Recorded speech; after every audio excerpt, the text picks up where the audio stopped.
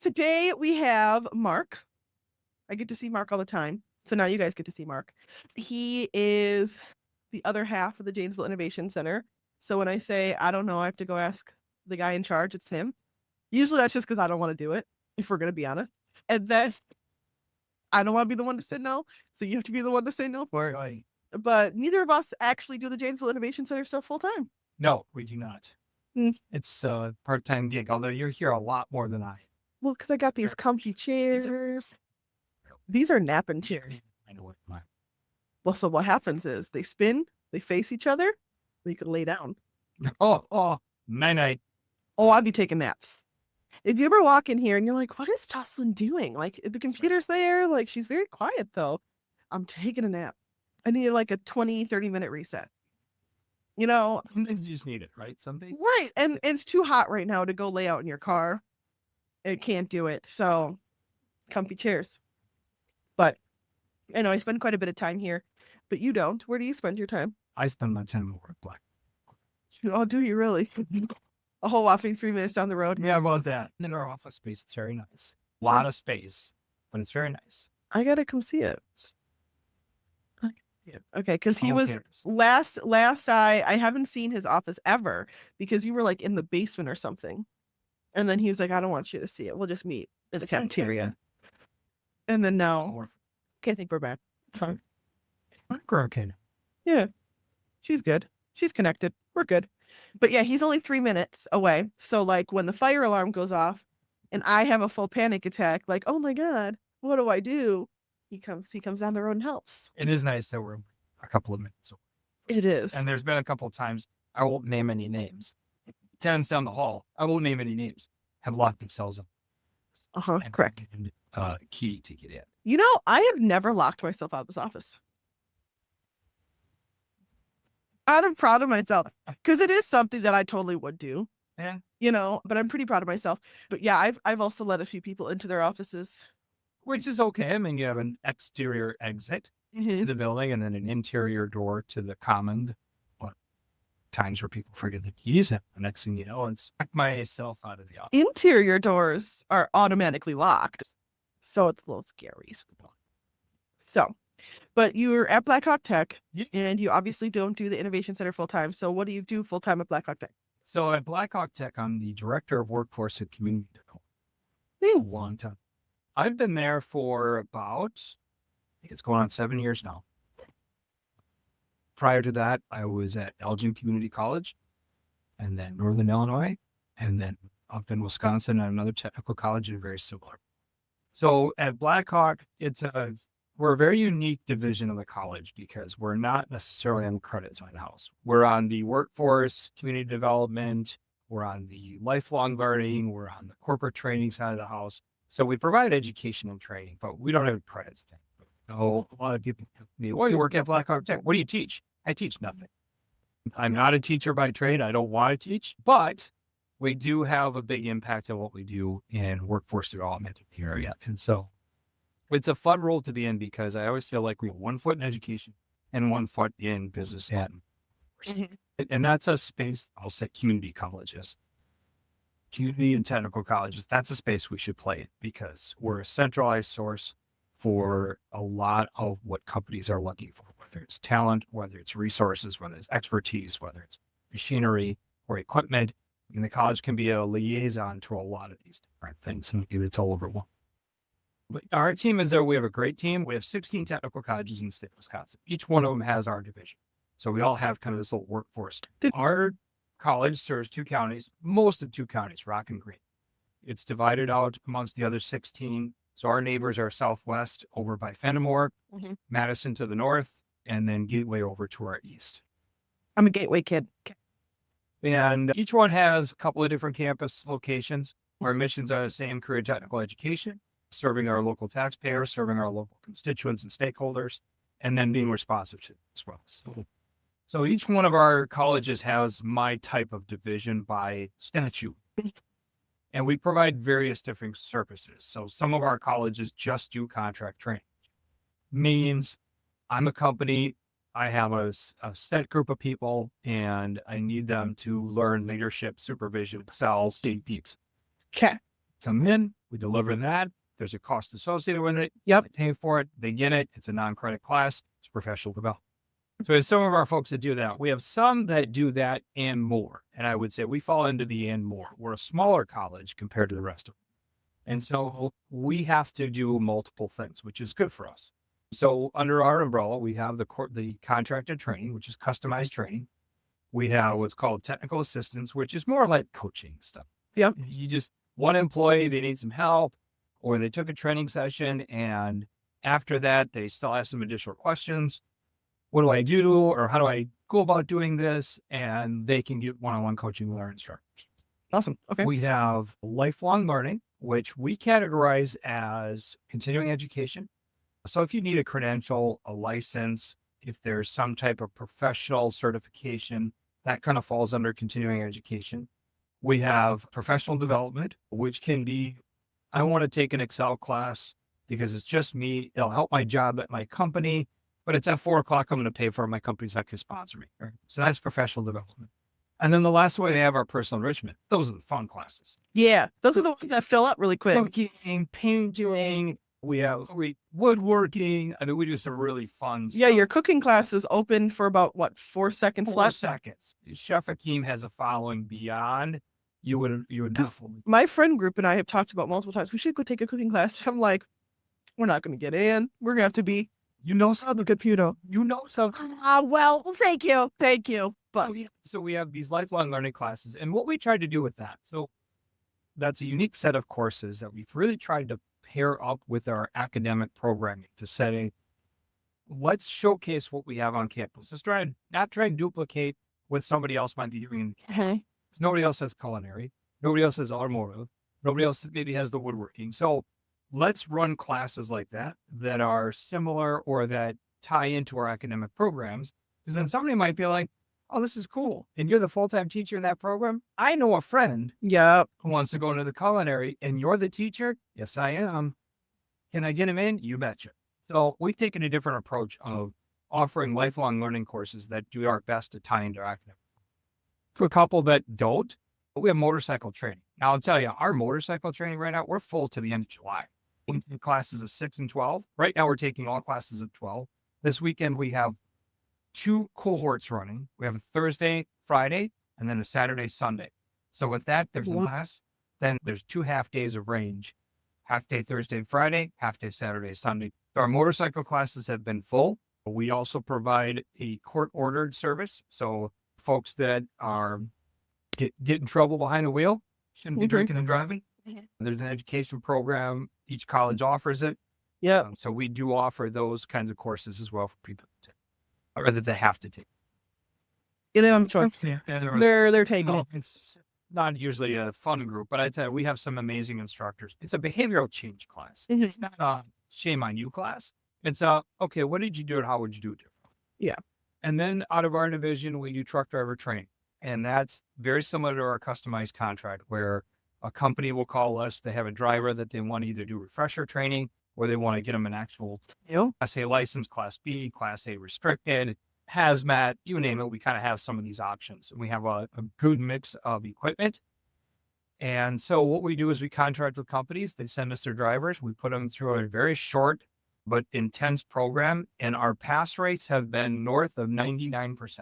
We like that. We love it because our whole goal is not to just take your money and get you through the program and, oh, well, if you pass, great. Ours is safe driving. So there's a lot of regulations to truck driving. Oh my gosh. A lot more than I ever do. Oof. Yeah. I'm just the tip of the iceberg. Our coordinator does a great job really kind of putting it all together. But essentially, there's a lot of regulations. So we have to follow a lot of these national regulations. And the one that we want to make sure that we hit on is this. And so when we do a driver training program, our whole intent is let's start them off real slow. So we start them off on a closed course. Start them off without a trailer, just the tractor. Get used to this piece of equipment. It's big. It's very big. Then we do some skills in a closed course, backing, parallel, offset backing, things that they're going to have to do with these units. We add the trailer to it. It's a little bit of a different component. You think? You know, Have you ever driven one? I've not driven one myself, but I have ridden in Uh-huh. one. You are at a different world up there. Stressful. Yes. Very stressful. 60 miles an hour. You don't stop on a dime on those. No, and people act like you're going to, and I'm like, I will crumple your car. Pretty much. You will be dust. You will be dust. Like, there's no stopping here. So the truck driver training program that we offer really tries to provide that safe driving. We get them out on the coolest course. Then we start with some country roads. And then eventually we actually put a few hundred miles on a truck. And we get them up to La Crosse, we get them up to Madison, we get them over to Milwaukee. So Hell yeah. and then we get them back and then back to the company. Mhm. Because our pass rate's been great. So we're very fortunate. We have excellent instructors who spend the time with these students and make sure that they are very safe. They go through a lot of competencies. They go through checklists, and it's been a very successful program. So that's kind of the training side of our division. Then we also do a lot of workforce development, and it's hard to put, a number on, well, we serve 245.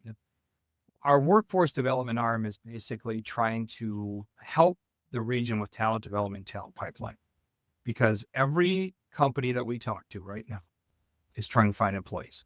And it's that right here, right? Doesn't matter if you're healthcare, doesn't matter if you're manufacturing, doesn't matter if you're law enforcement, hospitality. So you name it right now in this region, they all are crying for a workforce.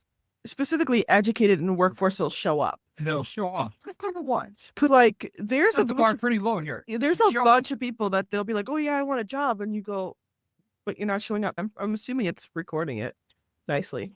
Hopefully. Maybe my computer's mad because I have so much open. You know what? We're just going to pray that I'm going to be able to find this later. For anyone that doesn't know, I have multiple tabs worth of computer stuff open. I'm trying to figure out what I need to put in my curly hair. So there was a lot of tabs of curly products. A lot of tabs of curly products. So hopefully that'll, but no. And I do. I talk to a bunch of people and they're like, how do I mean, even some of our newer tenants are, how do I do this? How do I interview? How do I pick people? How do I educate them more? We have a declining enrollment of high school students coming out of high school into our workforce college education. We have because no baddie kids. And that's just, it's just a natural thing. We having 7, 8 kids now is down to 1 or 2 at the max. And then we also have a retirement community that is really starting to hit those numbers where we're losing qualified, skilled, experienced people in droves in companies. And it's not easy to replace somebody with that knowledge set, that experience.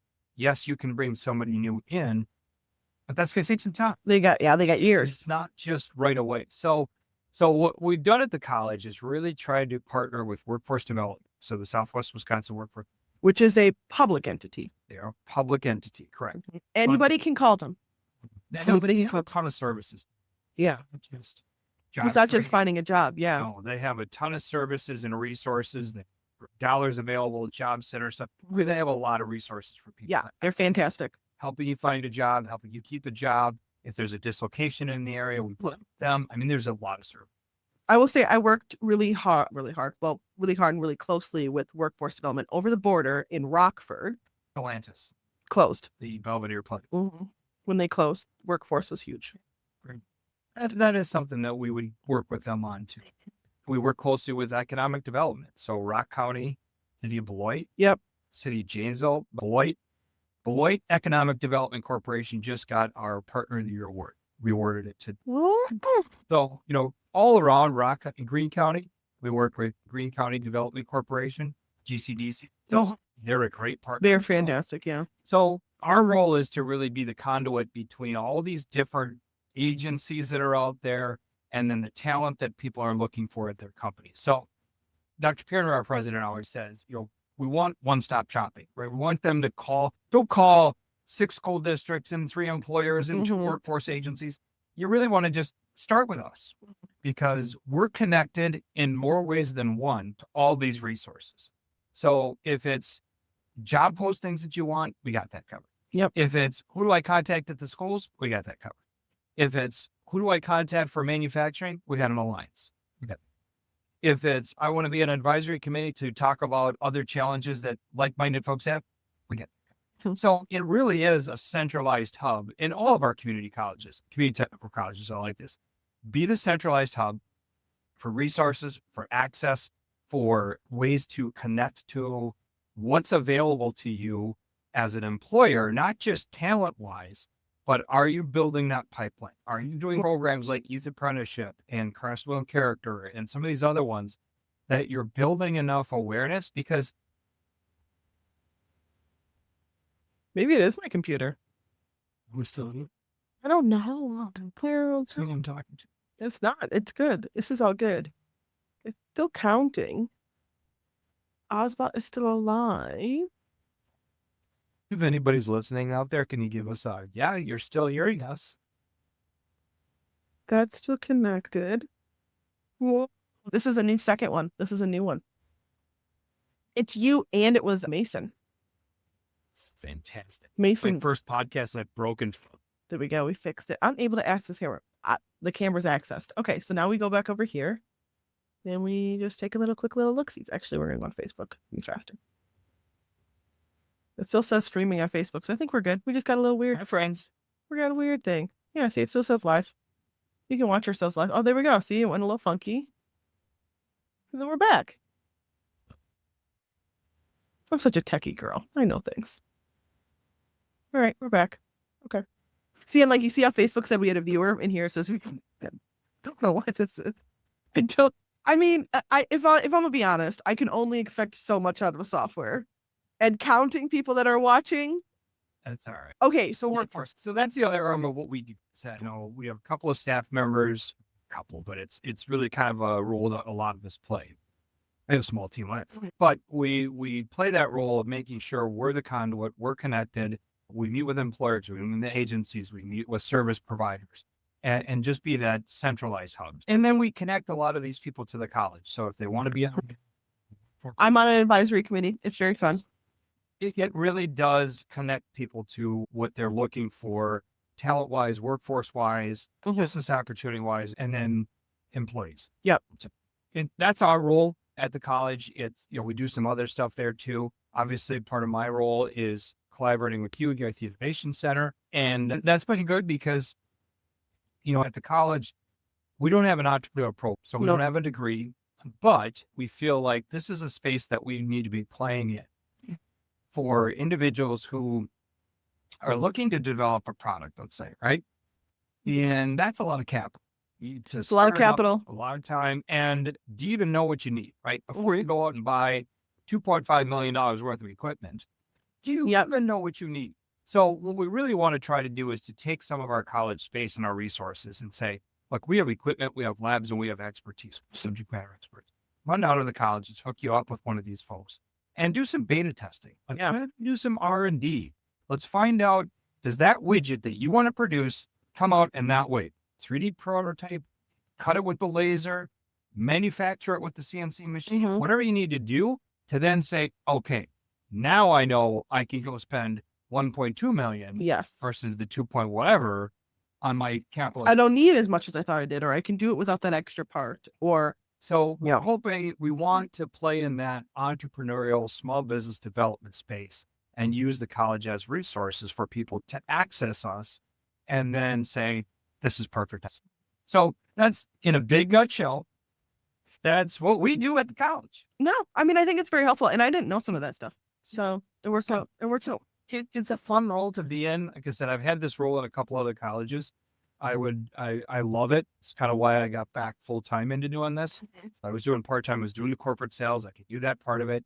But really, this is the role that you see the benefit of the connection between the industry and the college. The light bulb moment. Yeah. And it's just, it's a cool space for us to be in. Like I said, we worded a couple of great partners today.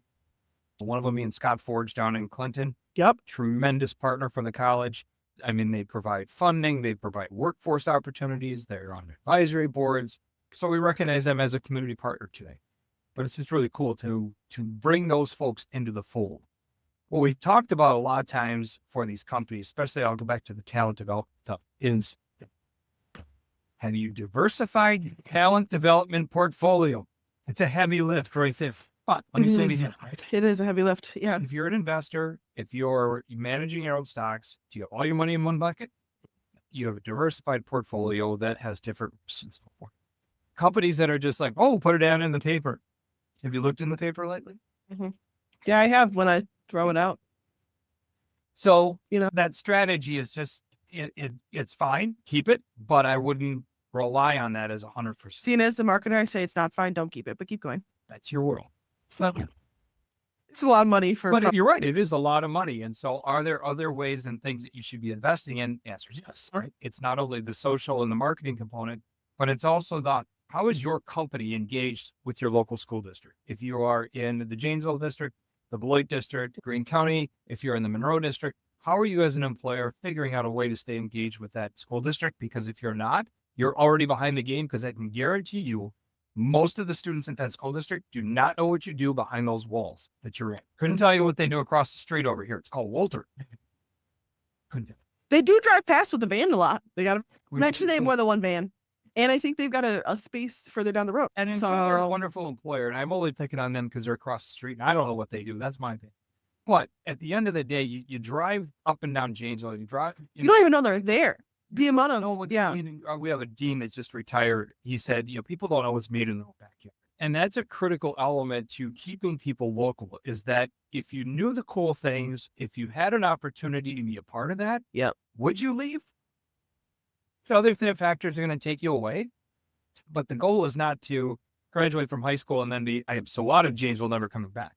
It's, how do I stay in this marketplace? Is there a place for me at a company, at a place where I can live, grow, learn, be happy, advance, whatever that looks like. So that's when I say diversify your talent development portfolio. That means you got to be in all of it, and it takes time and effort and energy, and it's a little bit of a slog. But at the end of the day, we have some companies that have said, since we've done this, we barely have to recruit, because we pull them through the youth apprenticeship program, we pull them through a registered apprenticeship program. We pull them through word of mouth. We open our doors for tours every time we can. So we're bringing people in, and we're showcasing what we do and how we do it in the culture of our company. That sells a lot more than earn $25 an hour at so-and-so company. Correct. Well, and the other thing is, when people understand what they could be doing and the pathway to get there, they don't, it's the I don't know what I don't know thought process, right? So if they don't know to ask that question, they will never know the answer. So here in the Innovation Center, we have Asgard Solutions. They do museum storage, very high level. They do more than that, but they do museum storage. So all the artwork and everything you ever see at a museum, they get to be stored somewhere. And it was like a light bulb moment for me when I started working out of here. I went, duh, that's a business. Like, I never thought. Clearly. Like, I knew it had to be stored. I've watched documentaries when they're talking about, well, we have to do it with an ultraviolet light, whatever, so they don't wreck the painting. I got the text. We're good. It's just here. So, like, I got that. I knew this, but I didn't realize, it's about success. Successful, doing really well. It's not super crazy. Like, you don't have to have, 15 years of engineering and design experience. Like, I mean, he's really smart, don't get me wrong. Ben is wicked smart. He's smarter than I am. I'm with you. I never realized that could actually be a product. Right. Museums need to store pieces of art that are very expensive, that are very. Did we lose that? Lost your old computer. Yeah. It has been telling me that it needs to update.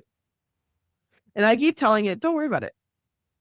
I keep telling it, don't worry about it. Okay, we're back. Stuff that's made in our own backyard. And so it is important for companies to get engaged at various different levels. And some have the time to do it.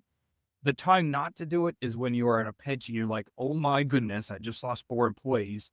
Because I'll tell you right now, when companies reach out to us at the college and say, well, I want to come and talk to your class. Oh, okay, you can. But I bet 90% of them are already employed or have a job lined up. It's not an employer's marketplace to say, well, I need to go talk to 25 students who really don't know what they want to do. At a community and technical college, people know what they want. That's why they're there. We do have transfer, which is new and phenomenal for the students that are looking to start with us, save a lot of do, and move on. We do offer that. But we offer very specific. So if a student is there for welding, they're for welding. They're there for welding, yeah. Skill set, they're out making 40, 50, 60,000, depending on where they go to work. Though, and a lot of them are skilled and in need and in demand. So you're competing not only with a smaller marketplace, now you're competing with somebody who already probably has a job lined up. that pool of, where is everybody? Everybody out there. They're all working. Our unemployment rate in Rock County right now is, I think, less than 3%, which is really low. So it's not like there's a ton of people hanging around going, Granted, there are some who could be probably a little bit more productive. Probably. But maybe we'll never change that. Maybe that's just what they want to do in life. And the unemployment rate also doesn't count in, like, if you're just, for example, the handyman that I have working on my house, he just works for himself and does his own thing. And the unemployment rate counts him probably as unemployed because he's just doing his own thing. He's probably doing it for a living and making a good living doing it. He does. Doing it because he wants to do it. Yep. And he's really good at it, which I'm thankful. Okay. So when we're talking about developing your workforce and diversifying it, this is a great question. This is for me. We're talking with the students, talking with the young people coming through, which I am starting to do more of, and I'm very proud of myself for doing it. And when I into the young, yes, and when I was growing up and started my business, people would be like, "Oh, how do you hire millennials, and how do we get millennials engaged?" And now I'm like, "Oh, I see what they were saying. I'm following the thought process they were going." We're not that hard. Fine. It's fine. And now I'm like, keep your head down and keep working. and now like these COVID grads and Gen Z. Oh my God. Oh my. So I'm very proud of myself because it's an effort and patience. But, so starting to do that, and people consistently ask me, how do I find my employees? And it's a really bad way to do things. Okay. But I consistently find my employees on Facebook. It's horrible. I know. Is it though? But I don't know. Whatever works for you and your business right now, right? You're gonna find that. I've always found I've always found my employees on Facebook. How? I don't know. I couldn't tell you. Sometimes I just like when somebody commented on something and I message them and I go, "What are you doing?" Sometimes I actually put a job description out. I don't know. That does not work for 5% of businesses. Yeah. So what else? Like? It's all. I think it's so. We have a alliance that we started up. We were a part of. I shouldn't say we started. We were a part of a statewide manufacturing alliance, the SMA. It serves Rock County and a little bit of northern Illinois. There's a couple of companies and districts that are part. This was kind of in response to that. How do I find talent? Yeah. What am I doing? I'm a manufacturer, and I don't even know where to start in this universe of workforce and economic development and talent pipeline. So we got together. There was a couple of companies, Frito-Lay and Scott Forge were two of the pioneer founders. Yeah. And they said, you know what? We all are sharing the same issues. And then we just end up stealing from each other. Right. That's correct. Yeah. There's like one person who was going to float between all four of us. So instead of competing against those people, why don't we pool some resources? Why don't we collaborate? Why don't we look at a full solution versus a my company solution, which is sometimes hard for companies to do. Some of them are like, yeah, if we don't do that, we're out of business and that's not good for anybody. If they all get together and say, yeah, there's space for us to play in here where we can collaborate, we can have signing days, we can bring on interns, bring on apprentices, we can bring on YAs, we can do all of that, then the power of many outweigh the power of one. Correct. And the dollars. And the dollars. And the time and energy, because and yet, there's a couple of big companies that have those people who are kind of workforce. But I would say 90% of them don't have a position. That falls on HR. That falls on the client manager. That falls on somebody else. So it's like, they don't have time to investigate this. So really, by getting involved in things like the SMA, it's an instantaneous network of people, opportunities, resources that you're right. I can hire, and some of these programs are great because they're try-on program. It's a youth apprenticeship. It's a signing day. It's a Rock County internship. It's something where the students can get an idea of what this looks like. Player can think, you know what? I like Johnny here is pretty good. I'm going to invest in Johnny a little bit more because I think that's somebody I want to keep in my company. And yeah, there's 5 generations right now in the workplace. So manage that, right? 5 generations. And so there's a challenge between communication. There's a challenge between expectations. Use of tech. Name it. There's like 16 different things. And that's okay.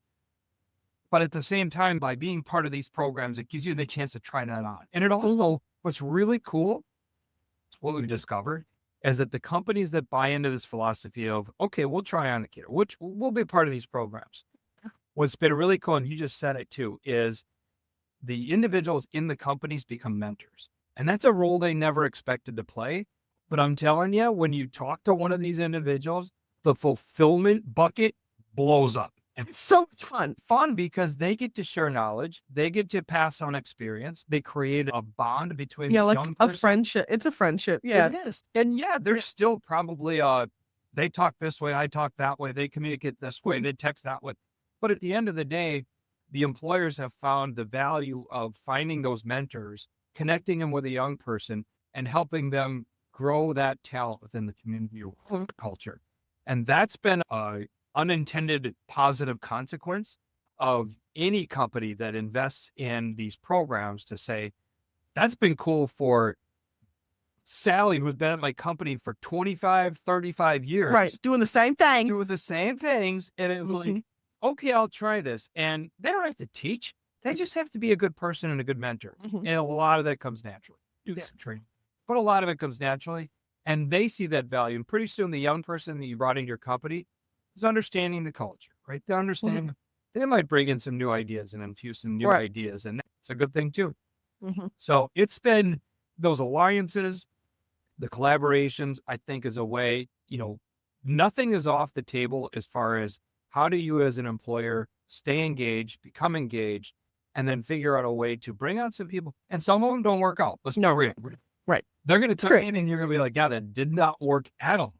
And so therefore, okay, fine. We're running a program right now. But here's the thing is that's still cheaper than hiring somebody, going through the full hiring process and all of the money and the background checks and the drug screenings and all this stuff. And then still finding out, wow, that's a horrible fit, right? Versus you try out the job for a kid that's learning and growing. You find out, oh yeah, hell yeah, they're a vibe. They're going to be good.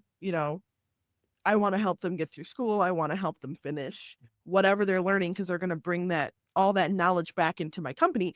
And as a business owner, I always strive to hire people that know more about stuff than I do, because that's the whole point. If I knew it, I would do it. No, you got to leverage strengths. Right. And so come in with different strengths. And you, like you talked about too, young people bring in a different perspective. They also bring in, the knowledge and the experience of tech that some of us maybe didn't have a chance growing up with. And now it's a part of their life. And that's a good thing. And so as a business owner, leverage that, grab that, hang on to that, utilize that. You don't need to be the expert on social media. If they are, leverage that, because that's just going to enhance what you do as a company. Right. I don't disagree. Yeah, I got a cell phone my freshman year of college. So I'm ahead of the curve for Ken Studio. You had car phone? We didn't have any phones for a while. Really? Yeah. That old? Oh, yeah. Yeah, we didn't need phones. Are you kidding? Funny story. So we lived up in Green Bay for a while. And my friend lived we go to his house. And he probably lived better part of a mile and a half away. Okay. Up around the corner, down around the cul-de-sac, down in our backyards. It was down a hill, up a hill, over it, right? Yeah. We're talking a ways away. You couldn't even see the kid's house. Yep. Okay. We went to play it. Here's our old school cell phone. My mom at dinner time, going out on the patio deck.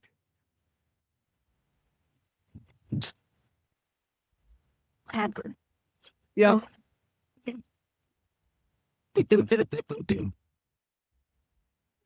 My mom had a triangle. It's been just going. Had a triangle. Yep.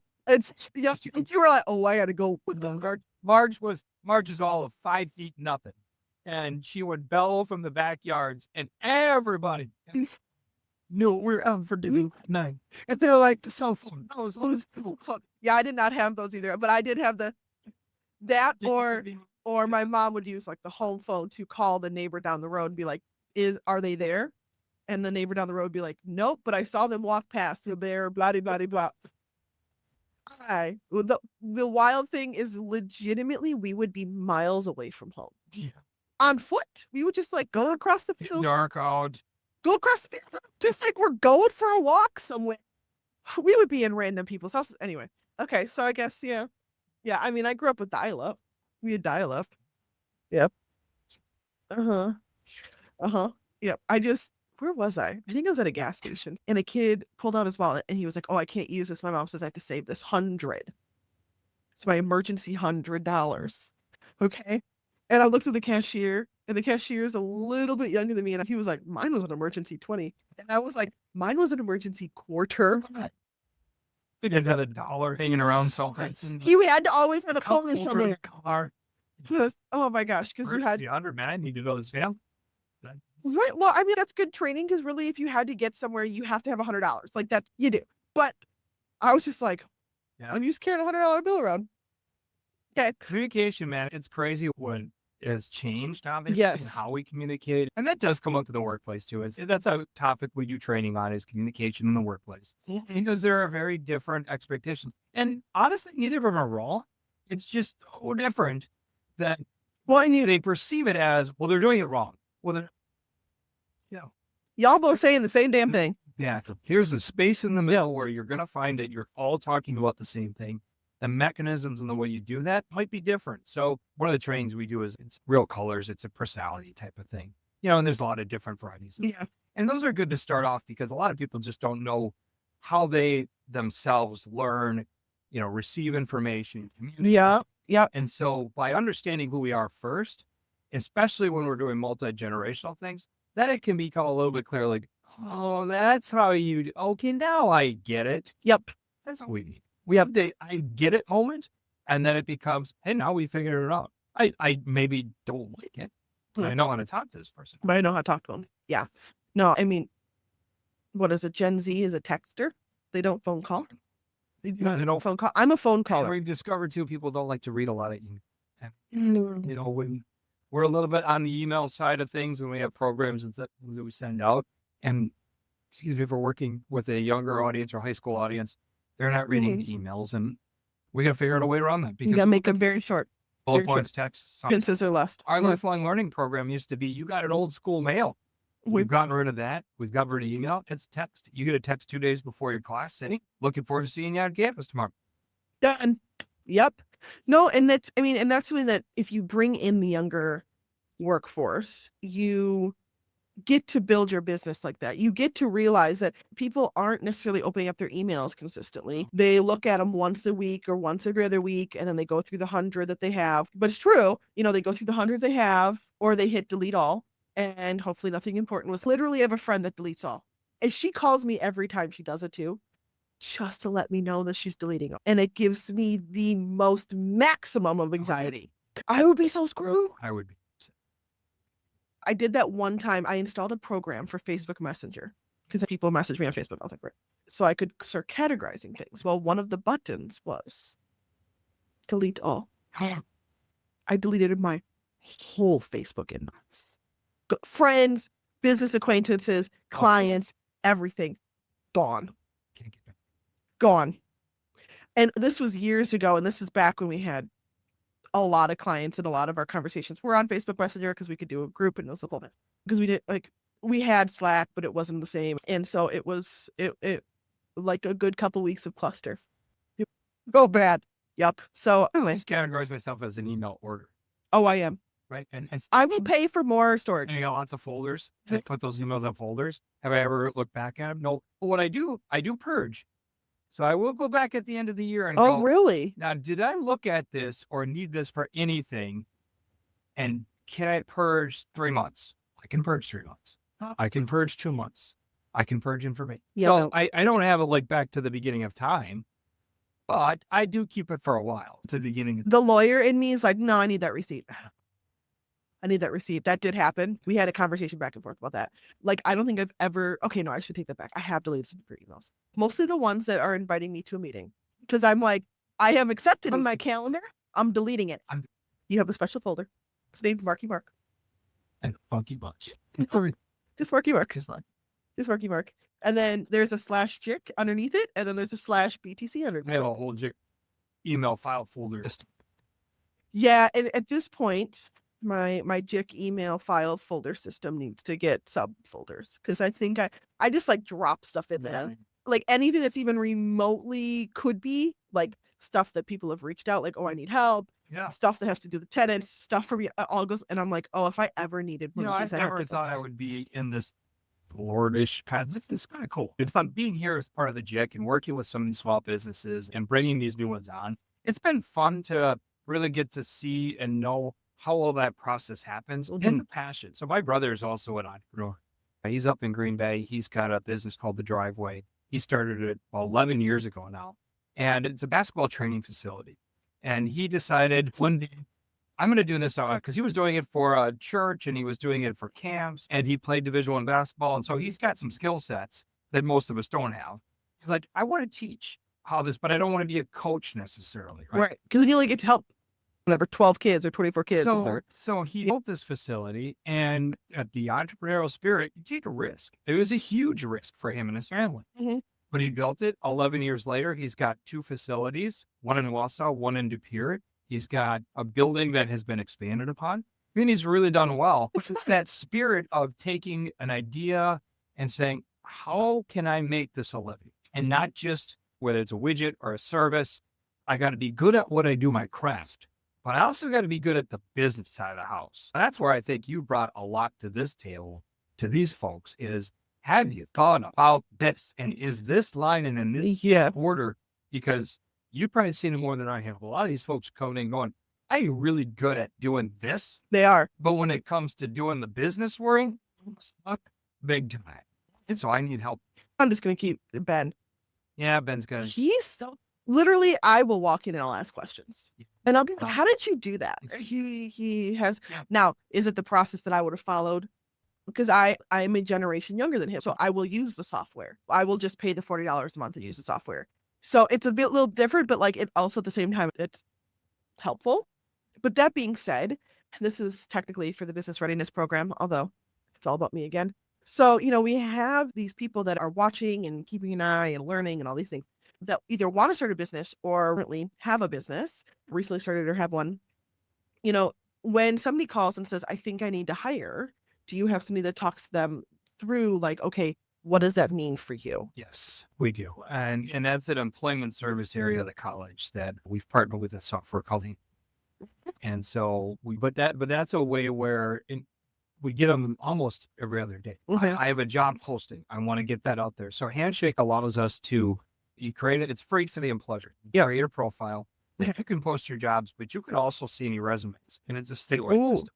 So it allows a company to see who might be putting their resume out there that maybe wouldn't send it to that particular company. It just says, hey, I'm open to work. Yeah, like something, anything. I need something. And we also take on their job application, create a profile so that graduates from the program, we just graduated a class again in May. We have 2 a year. So that graduating class then has access to, well, I want to go in the medical field. What jobs might be out there? Well, they partnered with our college and they're part of Handshake. They have instant access to healthcare jobs. And it is a service that we do provide as a college. It's free for the employer.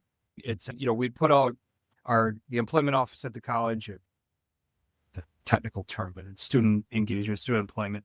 They will send out emails to all the students through our learning channels or our Blackboard learning channels to say, check your Handshake. This one out there, new notification came out.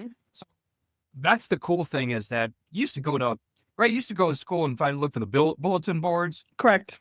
A lot of that is electronically done through your learning management system. So if a student is a student at the college, you're getting all of these announcements, you're getting these postings, you're getting these notifications, so that it's now become a virtual bulletin board. And while we have students that are on campus and we're glad they're there, we have some students never come. Yeah. But they're getting access to those resources. So whether I'm an employer posting jobs, it's like, well, I want to come and we used to have something to come and set up a table in the lobby. Okay, I hope you're willing to do nothing for a couple of hours because we don't have the volumes of people scattering back and forth like you used to have in the schools. We have students that are on campus, they're taking their classes, and a lot of them are commuter students, obviously. So they're here, they're working, they have their lives. We're one cog in their wheel, and they got a lot going on. So to be on campus like that, you just may not see a lot of people. So, and that's okay. We've offered flexible learning, which is part of our mission statement. But at the same time, if you're part of that network, that student who may not be on campus is also getting that level of resources. Mm-hmm. That's awesome. That's very helpful too, because if you're just getting, if you're not going to do the Jocelyn way of scouring Facebook, which I wouldn't recommend, it's not always the best bet. Yeah, but that beats it.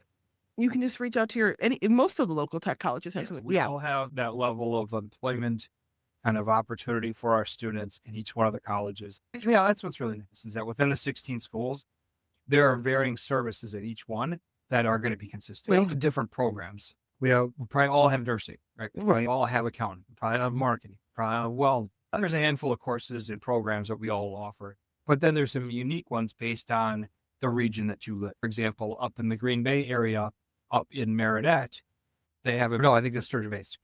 But still cool. Building, welding area type of thing. Both Meredith Sturgeon.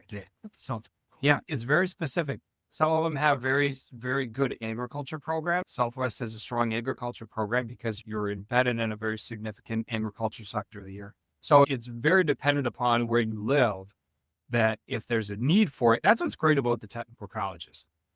If there's a need, we don't need a whole lot of time to make a program happen. And that's what allows us that local control. And there's been some discussion at the statewide level about what level of local control does that look like to be able to respond to that type of a need. And so we've always felt like we're not only very good stewards of taxpayer dollars, but at the same time, we're also very responsive to our employers and to the need of the community. So if the fire department's gathered and said, we need an underwater, rescue training, we need to have that because we're on the Rock River. Great, let's make that happen. And within a year, we could probably have that program up and running and ready. Whereas at other privates and larger colleges, long haul. Now we have to demonstrate, obviously, that there's a need, that there's employment opportunities, but the ability to be responsive to our community in any aspect like that, that's really hard to not have in your community when you're trying to develop a workforce, especially when you're trying to build an employer in this region. So let me go off on another little angle here. Working with Rock County Development. So James is the economic development coordinator. So our president here. Yeah. President. And someday we'll be on this podcast, I swear. Hope he is. I'm going to get him someday. I'm going to get him. But James, for example, will contact the college and say, I'm courting an employer. They need this. Can you guys put together a slide deck, or can you guys come and do a presentation that talks about the talent needs, the workforce needs, the skill set needs that are offered in this area? Because as a package, we want that employer in our district. Oh, okay. So it's great that we can be kind of that first call where we need to leverage the resources that the community and the technical colleges have. Because even if it's something where we don't have that program, I can't think of one right now, but let's say they needed a certain type of program that's specific to their industry, but it also happens to be embedded in maybe 5 other companies, and they're looking for that type of skill set. That's a data set now that we have that we could look at and go, I think we need to put something together. We need to put it out there in a quick way so that now we have something in our area. Now, I'll give you a working example. Hot off the press. Ooh. Working example right now. We know it now. That's my hot off the press. I like that. Yeah. Oh, yeah. I'll continue going. Okay. I'm clipping that, by the way, for anyone else. That will be a short video at some point. Keep going. Construction. So we've had a number of discussions about in construction in this area. So we do not have at the college academic program that addresses, new build construction homes, residential. So we had a couple of meetings with both residential and commercial partners. We brought them together and we said, we know you folks are hurting, right? You need skilled workers. You need folks to show up on time. You need folks to be productive in your work environments. Help us develop what that looks like from the small 1-2 employee home build or remodeling company to the JP Collins of the world, right? Everybody needs that level of employees. So we pulled these groups together. Our president had a conversation with them. We just started to identify what are those skill sets, both in residential and commercial. Our dean for our manufacturing program took that information. He is actively running with it. And within our goal is spring of 27, we will have a construction program up and running at the college. It'll be a 1 year because we know 2 years, that doesn't work for the employer. Mhm. I can't wait 2 years. At that point, I'm behind on my project so far that it's not worth it. Yeah. Somebody that has the skill sets, some safety, can read blueprints, can understand math, can show up on time, maybe does some construction, some handy. They're handy enough. They know how to use a hammer. They know how to use a drill. They know how to use a saw. They know how to measure and tape. They know. You can read a Yep. blueprint. I mean, that's the goal of this 1-year program, is that when they graduate from that program, now you have a skilled individual that you can mold and shape into whatever construction. But right now, what we've heard from that group, and there's a really good community group that is active in saying, people are not necessarily interested in this type of career. So how do we generate that? How do we grow that? How do we make sure that people know that there's an opportunity to go to school for a year and then be employable in that skill set and start working in that skill? Right. So that's just an example of our responsiveness as a technical college in this district to say, we've heard you, we're going to respond, and here's what that product's going to look like. And that can be done, like I said, our goal is spring of 2026. Yeah, that's quick. Which is fast, but we have a great dean, we have a great president, and we have great community partners. I was going to say, they have got behind us and said, yeah, please, we need something. The companies in the area are going to be very responsible. And that's so cool, because like you're on an advisory committee. So community partners in our area can be on an advisory committee, which basically means twice a year. We need to hear from you as far as what trends, what activities, what equipment, what technology should we be integrating into our program to stay at least within the curve. Can we be ahead of the curve? Nah, industry's going to meet us. But can we be within the curve versus 30 years ago? Well, you got to change your curriculum in 30 years. I got no good for you. No use for you. So the advisory committees help us guide our curriculum, our programming, to ensure that are we providing our students with what you need, what your employers need, so that when our students graduate, they're walking out with some skill sets versus, we didn't cover any of this stuff. I've never heard of this. This is stuff that's happening today. All right, we need to make sure we do. Yeah. And I will say, so the advisory committee, for anyone that's interested in listening, I'm on the web design and development, which is basically the marketing program that Blackhawk Tech has. So they do a lot more coding than like a normal marketing person would do, but still. And so, yeah, like once every 6 months, it's literally a Zoom call. They have an agenda. They go over what's going on in the program, what's going on with the students and how they're doing and what they're seeing in trends, what classes they're adding or what classes they're taking away. And then they ask for feedback of like, what are you guys currently doing? Now, the other people on the advisory committee are legitimately other marketing agencies or web design people. So it's really cool for me because like you get to actually see the other people in the community that are doing the same thing you are, maybe a little different, right? So like I think WTF sits on the advisory. It's a web design agency, by the way. But WTF, does it stand for what the fuck? I mean, but like, I think he has like a different acronym that goes with it, but his logo is literally WTF. Anyway, he is a web design guy and he specifically does very specific types of web design. Like he did the Children's Museum, the Rock County Children's Museum, right? So he's very specific in the kinds he takes versus like for me, I'm specific to manufacturing clients and that's what we do. Will I take other clients just because I'm being helpful? Sure, but not long-term and not big contract, right? We each bring our own thought process and it's really nice to know each other because if like, for example, Children's Museum, I've only ever worked with the one, but you know, never know. But if an organization like that comes to me, a nonprofit that's going to be serving, I'll say, hey, you need to go talk to WTF. Like, I'm not the one for you, right? Like, I'm happy to help. I'm happy to give you a plan or, you know, walk through that. But, you know, when it comes to actually paying for the product. So not only is it helpful to the school, but it is also helpful as a business owner because you can just chop back and forth. And these are, not to toot my own horn, but these are handpicked. You can't just like sit on a board. No, you have to know the person. Yeah. Recruit the people that are hiring and that are in the know and more. So you're sitting in the room with people that are legitimately working with, and you get first dibs on interns. Yes, you do. And I finally used my intern privilege this last year, which was very fun. Someday I will do a whole video on it because it's a stand-up comedian show. I'm not going to lie to you. It was super fun. They were amazing. But again, the communication between generations, I had one that was late 20s and one that was a COVID grad. And it was very interesting to see them interact with each other. Really neat. But also just like the level of professionalism, just vastly different. right? Like has worked a full-time job for years, has never worked a full-time job, especially like in an office setting. And so very, very enlightening. For sure. It was so cute.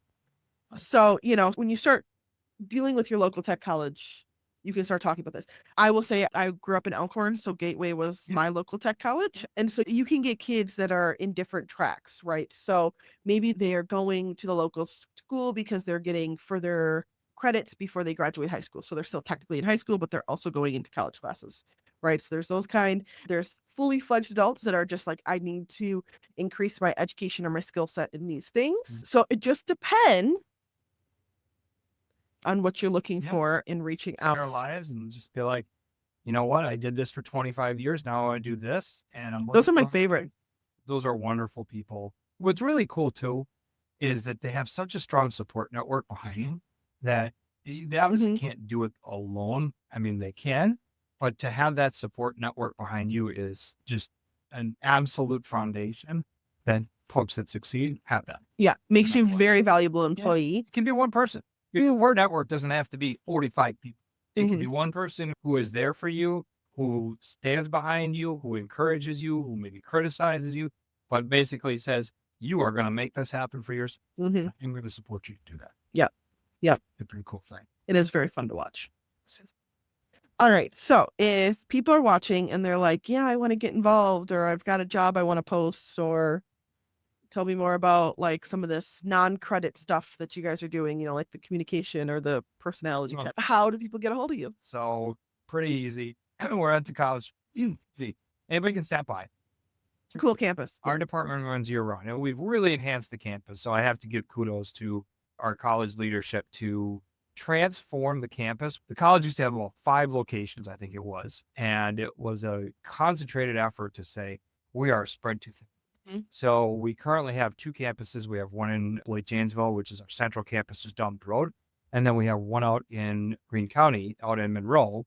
Monroe is going to be going through hopefully some renovations and updates.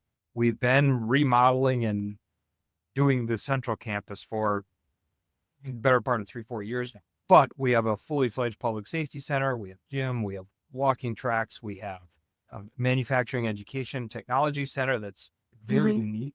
We've upgraded all of our conference center spaces. We've upgraded a lot of our classroom spaces. So the campus now is really that campus community feel.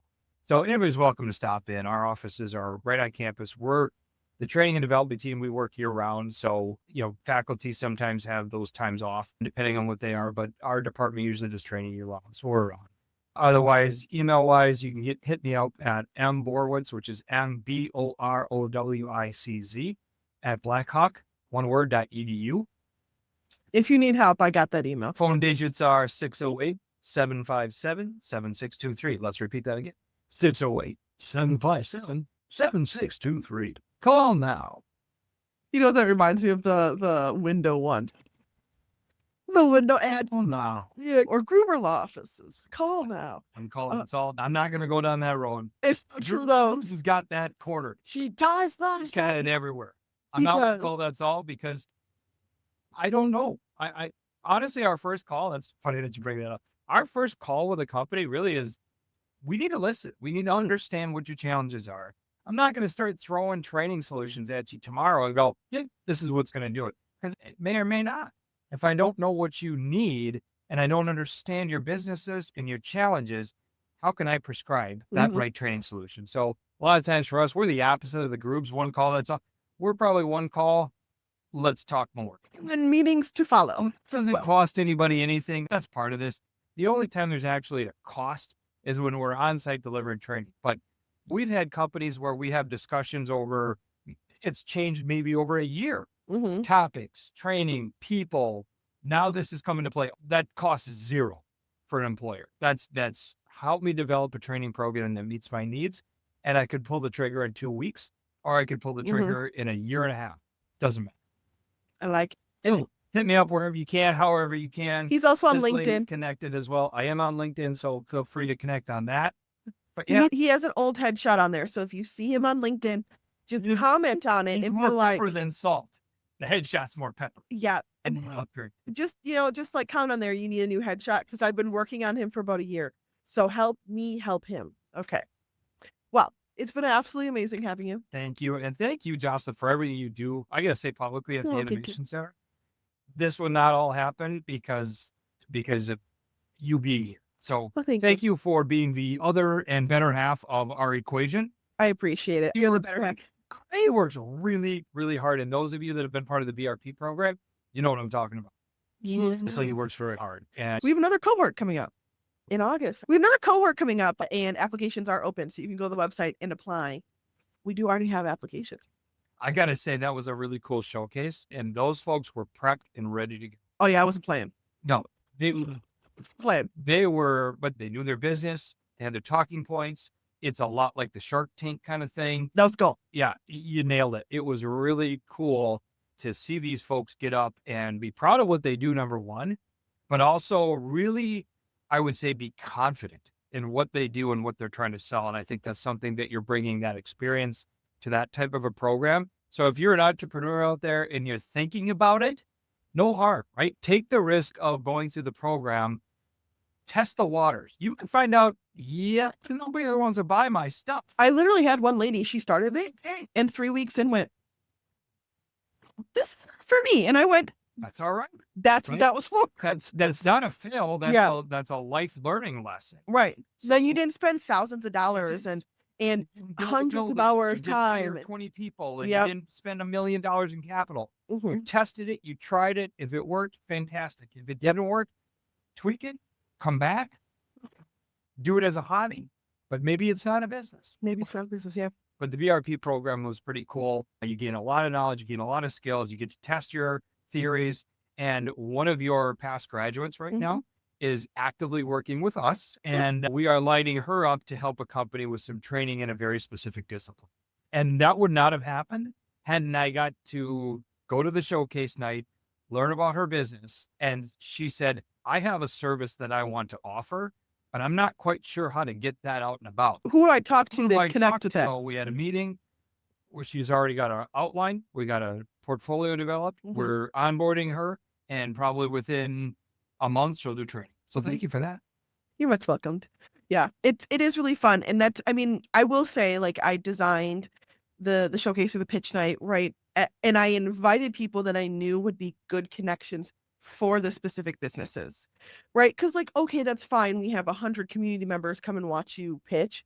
That's super cool. It's a cool feather in your hat, Yeah. but it doesn't actually push your business forward Right. most times. And so I wanted people in the room that would and could push the businesses forward or be the connection to, like, that next gig or that next contract, or Yeah. the person that says the person that knows Keep the it going. person.